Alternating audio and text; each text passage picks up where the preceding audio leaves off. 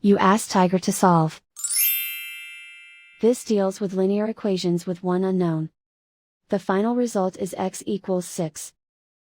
Let's solve it step by step. Simplify the expression.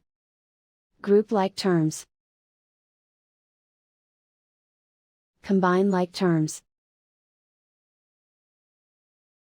Group like terms. Simplify the arithmetic. Group all x terms on the left side of the equation. Subtract 2x from both sides.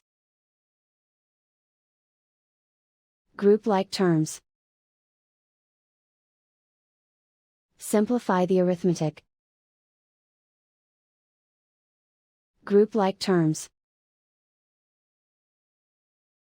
Simplify the arithmetic. Group all constants on the right side of the equation. Subtract 1 from both sides. Simplify the arithmetic.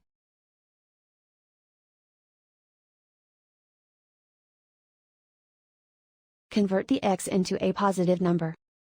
Multiply both sides by -1.